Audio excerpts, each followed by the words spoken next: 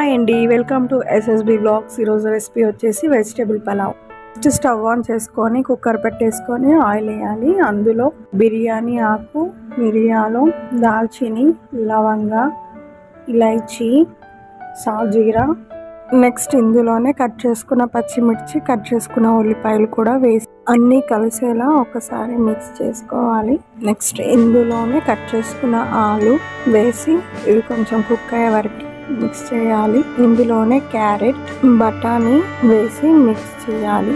ఈ వెజిటేబుల్స్ అన్ని ఫ్రై అయ్యేలాగా బాగా మిక్స్ చేసుకోవాలి. బాగా ఫ్రై అయ్యాక 2 minutes ఫ్రై చేశాక ఇందులో కొంచెం కరివేపాకు, అల్లం వెల్లుల్లి పేస్ట్ వేసి అన్ని కలిసేలా బాగా మిక్స్ చేసుకోవాలి. 2 minutes ఇలానే మిక్స్ చేస్తూ కుక్ చేయాలి.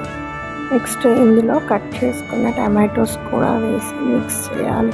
ఇవన్నీ వెజిటేబుల్స్ ఒక 2 minutes కుక్ అయ్యాక ఇందులో వేసుకోవాలి.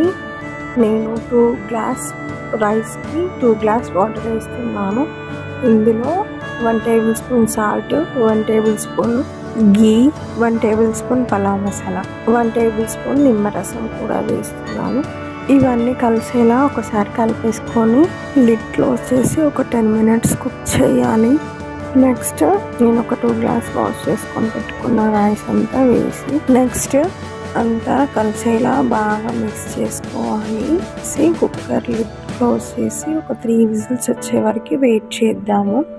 అండి 3 అయింది కదా, చాలా బాగా కుక్ అయిందండి. పొడి పొడిగా ఉంది రైస్ అండి. వెజ్ పలావ్ రెడీ అయిపోయింది. చాలా టేస్టీగా ఉంది. మీరు కూడా ఒకసారి నా స్టైల్లో ట్రై చేయండి. For more videos please subscribe, share, like, comment.